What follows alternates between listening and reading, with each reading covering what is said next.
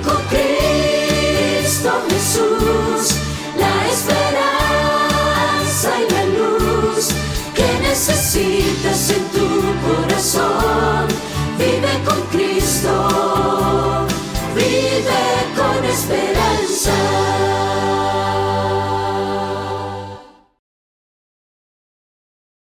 Con gran expectativa nos volvemos a encontrar en este segmento de Descubra la Biblia, donde solemos abrir las Sagradas Escrituras y, por supuesto, extraemos verdades para estos tiempos. Estaba yo visitando un viñedo. Hermosas uvas, grandes, cada grano era grande y hermoso. Y me fui a otra parte del viñedo y el dueño me gritó y me dijo: no vaya a esa parte. Pero yo ya estaba allí. Le pregunto: ¿por qué? Porque esas no son las uvas que yo planté, son uvas podridas. Y yo digo: ¿pero cómo puede ser uvas podridas si están todavía en la planta? Así que me dio curiosidad. Y para ello te llevo a ti y a los tuyos al libro de Isaías capítulo 5, versículos del 1 al 7, para que nos compenetremos en la dinámica de este título. Ahora cantaré por mi amado el cantar de mi amado a su viña.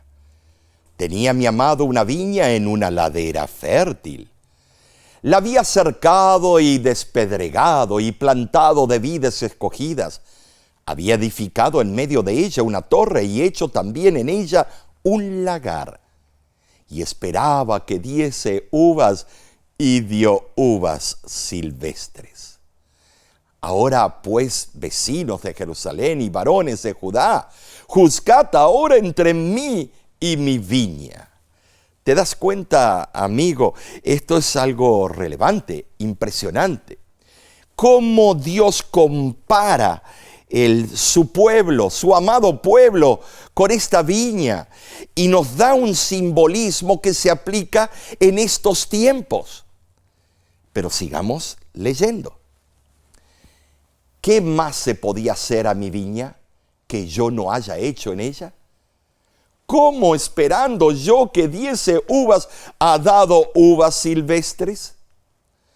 Os mostraré pues ahora lo que haré yo a mi viña. Le quitaré su vallado y será consumida. Aportillaré su cerca y será hollada. ¿Te das cuenta? Algo había pasado con la viña. Se había degenerado. Había ocurrido algo, un fenómeno, que esa viña se fue en vicio.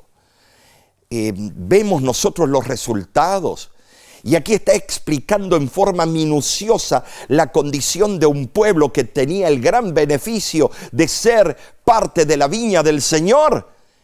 Y luego vemos los resultados por la desobediencia. Pero sigamos leyendo.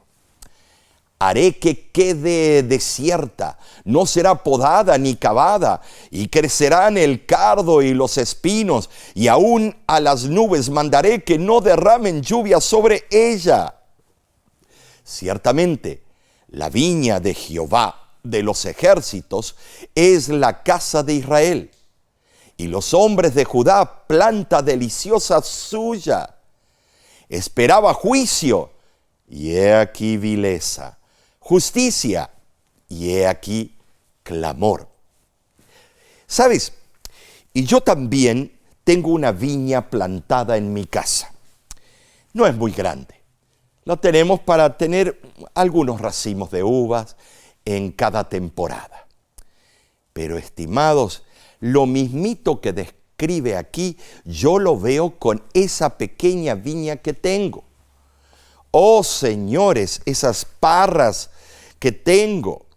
Vemos como si uno no lo cuida. Gracias a Dios que me enseñaron a podarla y a cuidarla. Pero me descuido una vez y ya veo la hecatombe y el desastre. En algunas ocasiones, Isaías profetiza desastres. En otras, esperanza. De un espectro se va al otro, parece. Se expresa con palabras tiernas y afectuosas, luego con palabras de ira y furor. Oh, parece altibajo. No, es que de acuerdo a la situación, el profeta tenía que cambiar de la carátula. En el capítulo 1, versículo 10, se dirige a los caudillos de Jerusalén, llamándolos príncipes de Sodoma. Ay, si a mí me llaman príncipe de Sodoma, salgo corriendo. Y al pueblo lo denomina pueblo de Gomorra. ¿A qué punto habrá llegado el pueblo de Judá o Israel en total? En este pasaje, Isaías se presenta ante Israel como un trovador que entona una canción patriótica para deleite de su pueblo. A semejanza de otros profetas, Isaías fue un consumado poeta que presentó muchos de sus mensajes en formas de cantos y poesías. Era un hombre de verdad elegido por Dios para una época, para un pueblo, por una causa en especial. Y pensar que el rey Manasés fue el que lo asesinó y lo mató. Oh, qué triste, ¿no es cierto? Como vemos, el amado dueño de la viña era Dios. La viña era la nación de Israel o el pueblo de Dios de los últimos días. ¿Te das cuenta la relación escatológica y profética aplicable para el tiempo del fin? La ladera fértil era la tierra de Canaán. En forma particular, posiblemente se refiere a Jerusalén, la amada y gloriosa ciudad. Del contexto se deduce que también la viña tenía una cerca o vallado en torno de ella. Dios colocó un cerco protector en derredor de su pueblo. ¿Para qué? Para resguardarlo, estimados. Su ubicación en la altiplanicie central de Palestina, lejos del contacto inmediato con las naciones vecinas, constituía, una salvaguardia. Dios amaba a su hija, era la niña de sus ojos. La ley de Dios y los mensajes que Él envió por medio de sus profetas tenían el propósito de preservarlo del mal. Además, vemos que es posible que las piedras quitadas representen a los pueblos autóctonos del país con su religión idolátrica y sus costumbres impías. Dios había escogido a Israel como su vid, su pueblo. ¡Qué privilegio! Y a nosotros también nos elige como pueblo suyo, real sacerdocio, linaje santo. Es interesante que Isaías presenta una torre. La torre, de acuerdo al libro deseado de todas las gentes, en la página 547 representa el templo. Al lado de la torre había un lagar representando a instituciones como las escuelas de los profetas, medios dispuestos por Dios para inculcar virtudes como rectitud, justicia, honradez y pureza. ¿Sabes? Se plantó la viña con el propósito de que diera buen fruto. El mismo propósito se tuvo al plantar la higuera de la parábola de Lucas capítulo 13, versículos del 6 al 9. Las uvas representan el fruto del carácter. Son el reflejo del carácter divino que Israel había de exhibir ante el mundo. Y lo mismo pasa con la iglesia de hoy en día. ¿Qué carácter proyectamos? Estoy seguro que vas a un templo o a otra iglesia y cada una tiene un carácter, una personalidad diferente. Pero en vez de producir los frutos del Espíritu, Israel produjo los frutos de la carne. ¿Cuáles son? Acciones crueles e injustas, fraude, engaño, intemperancia e inmoralidad, menosprecio de los derechos de los pobres y oprimidos y el aprovecharse de viudas y huérfanos. ¿No lo estamos viendo hoy en día con los gobiernos de esta tierra? Cuando se quitan todos los beneficios se quiere cortar los beneficios para los retirados, jubilados, los ancianos, para los pobres, las cajas de comida para esos niños que hay en el país de Norteamérica. Sí, hay más de 20 millones de ellos que carecen de alimentos. Y ahora cortándose ese beneficio para esos niños. Se ve por todas partes. Tales eran los males que los profetas constantemente reprendían. Estas eran las uvas silvestres o podridas. Parece ser que he degenerado un poco las uvas silvestres. No, si lo lees en el original, estas uvas estaban a un paso de ser podridas. Luego, Isaías continúa dirigiéndose a los hombres de Judá y también de Jerusalén, los cuales profesaban ser el pueblo de Dios. ¡Ja! El canto de la viña como tal ya había concluido y el Señor, o sea, el amado de este canto, se dirigió a su pueblo por medio del profeta. Ahora, te voy a pedir que vayas conmigo a Isaías, capítulo 1, versículo 18. Y esto es maravilloso. Y dice así: venid luego, dice Jehová, y estemos a cuenta. Si vuestros pecados fueren como la grana, como la nieve, serán emblanquecidos. Si fueren rojos como el carmesí, vendrán a ser como blanca lana. Oh, qué versículo. Esto para mí es parte de la constitución celestial, este versículo. Este es el que da esperanza en el Antiguo Testamento y su cumplimiento también en el Nuevo. Este pedido era justo y sin lugar a dudas los judíos deberían admitir la justicia divina, como también su culpabilidad, si consideraban los hechos con equidad. En Isaías 5:4, el autor hace la pregunta que también hoy debemos hacernos. Y fíjate cuál es. ¿Qué más se podía hacer? Es como un padre que ya no sabe qué hacer con su adolescente.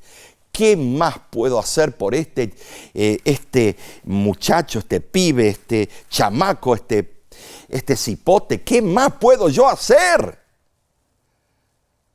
Con frecuencia una pregunta es la forma más efectiva de hacer comprender una verdad.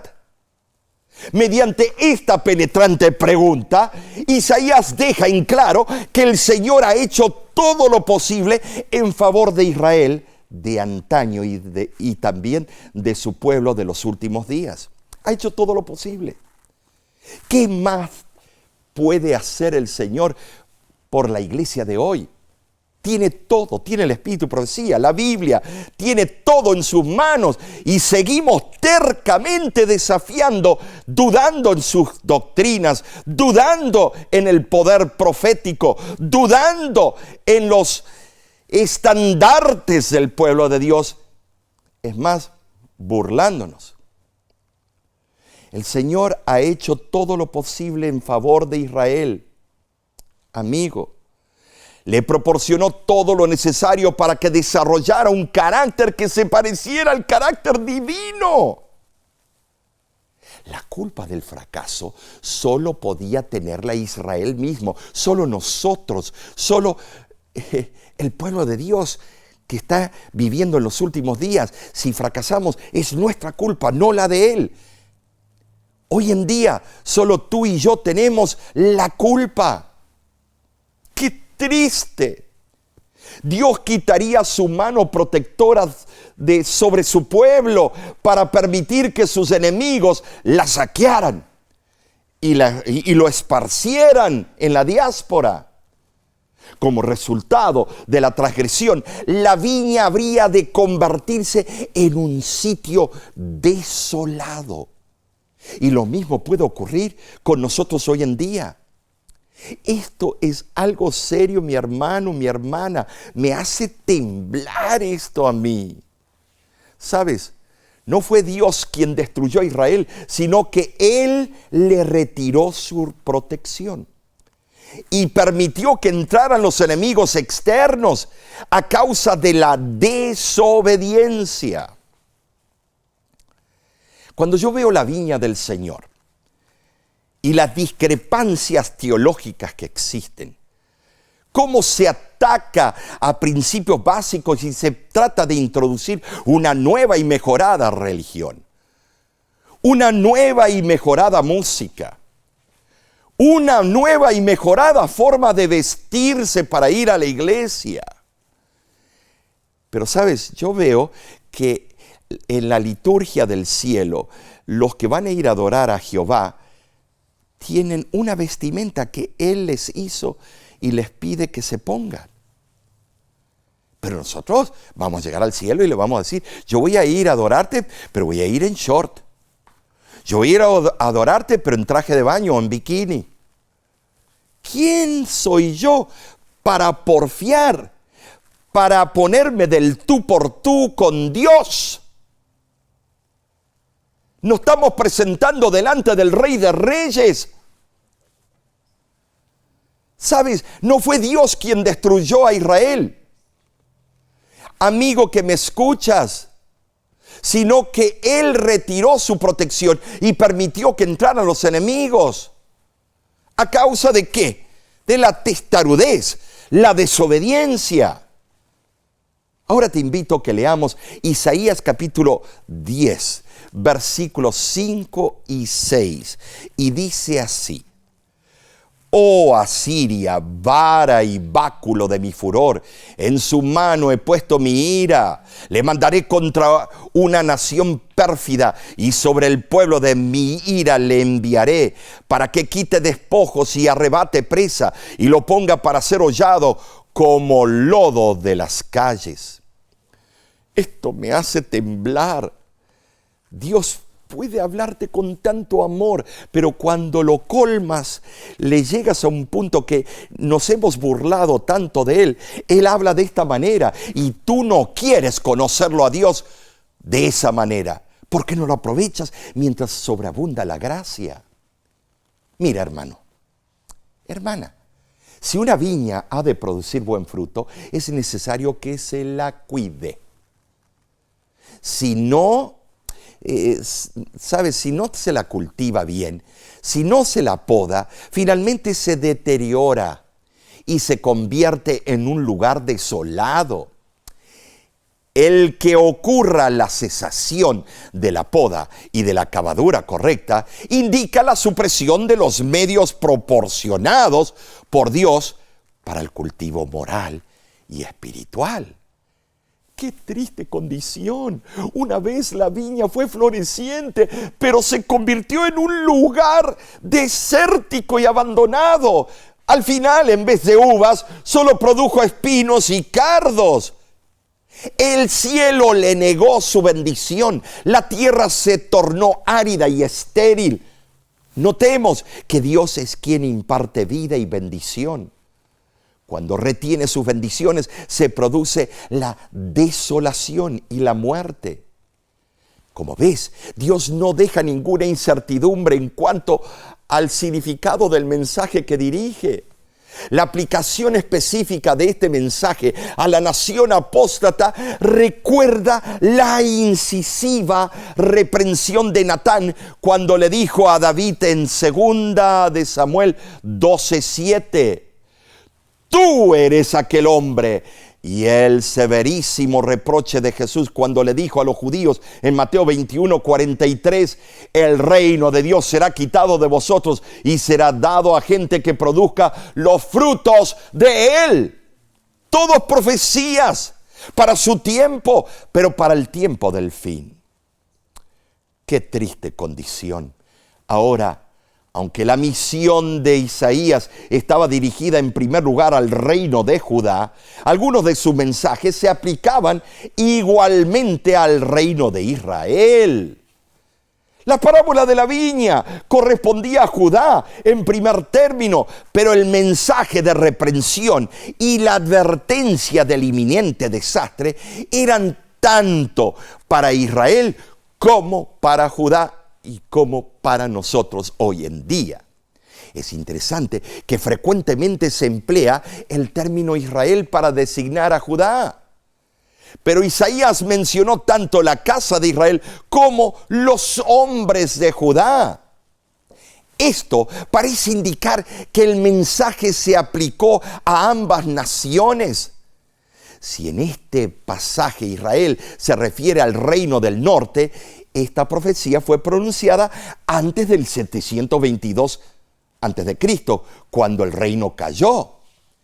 Aunque la mayor preocupación de Isaías era Judá, resulta muy comprensible que un profeta de Dios de vez en cuando echara un vistazo profético al vecino, que estaba al norte de Judá, en su hora crítica, cuando ya se acercaba a su fin. Dios esperaba que su pueblo practicara justicia, pero en cambio vio derramamiento de sangre, injusticia y opresión por doquier. Lo mismo ve Dios hoy en día dentro y fuera del pueblo de Dios. Los supuestos cristianos, con sus racismos, con sus políticas, mezclando la política del mundo con el gobierno de Dios. El tiempo de la terminación del juicio es inminente. Isaías claramente enumeró una serie de desgracias que sobrevendrán a Israel como resultado de las faltas que se mencionan específicamente en relación con cada desgracia. ¿Cuáles faltas? La codicia, la ambición. Los ricos intentaban monopolizar la economía, desinteresándose del bienestar del pueblo en general.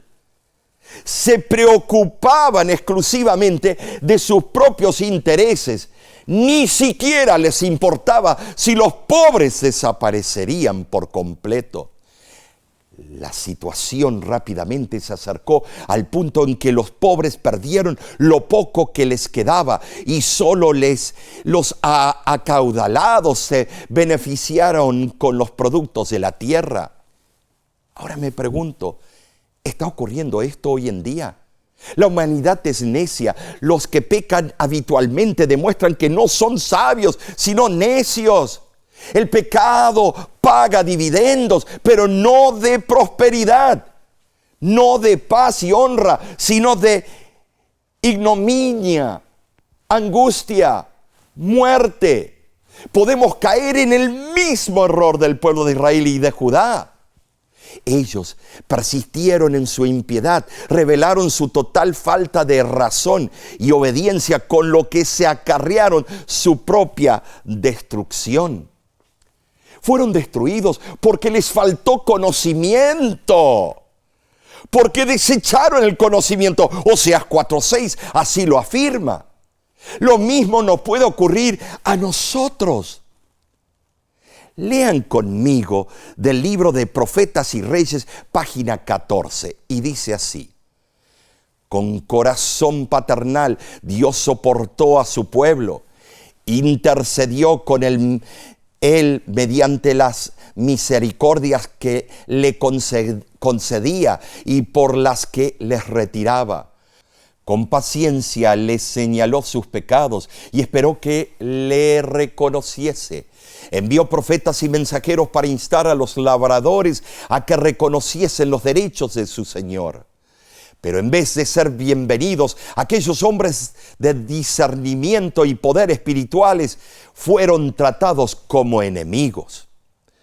La siguiente página, la página 15 de la misma cita, nos abre el entendimiento de la dinámica de lo que estaba ocurriendo en aquel entonces y hoy en día. Y busquemos entonces los ingredientes relevantes de esta cita. Para la iglesia de Dios que custodia su viña en la tierra de hoy, resultan de un valor especial los mensajes de consejo y admonición dados por los profetas que presentaron claramente el propósito eterno del Señor en favor de la humanidad. Y hoy, el mensaje de Dios a su iglesia, aquellos que se ocupan en su viña, no es otro que el dado por el profeta antiguo. En aquel día, cantad de la viña del vino rojo. Yo Jehová la guardo, cada momento la regaré, guardaréla de noche y de día, porque nadie la visite. Isaías 27:2. Amigo que me escuchas, sabemos claramente que en la viña del Señor va a haber discrepancias. Va a haber uvas podridas, uvas malogradas, uvas infectadas por la peste. Pero también está el remanente, que son las uvas del Dios Altísimo. ¿Cuál quieres tú ser? Esa es la decisión. Porque las uvas que representan al pueblo de Dios es una que tiene una relación interpersonal con el dueño de la viña, que constantemente se comunica, que constantemente pone su mirada fija en el autor de la salvación y la vida. Amigo, las otras uvas se sienten independientes, que no necesitan nada. Entonces, cuando empiezan a mermar las bendiciones, cuando empiezan los sufrimientos, se quejan de Dios y se preguntan por qué se están pudriendo de adentro para afuera. Y es porque nunca dejaron que el dueño de la viña tome control de su corazón y su intelecto. ¿Qué te parece si en este momento reúnes a los tuyos donde estás y oremos juntos para que todas estas promesas se apliquen a nuestra vida y no nos vayamos por la tangente? Oremos. Padre que moras en los cielos, ahora clamamos a ti, oh dueño de la viña, oh gran maestro, haz en nosotros una obra maravillosa, el milagro de un carácter igual y compatible al tuyo. Y esto lo pido en el santo nombre de Cristo Jesús. Amén. Sabes, la voz de la esperanza te agradece a ti, porque siempre acudes a nuestra programación para buscar los mensajes vivos y eficaces para el tiempo del fin. De nuestra parte, te decimos que Dios te bendiga ricamente. La voz de la esperanza, al grito del corazón, alcanza alegría.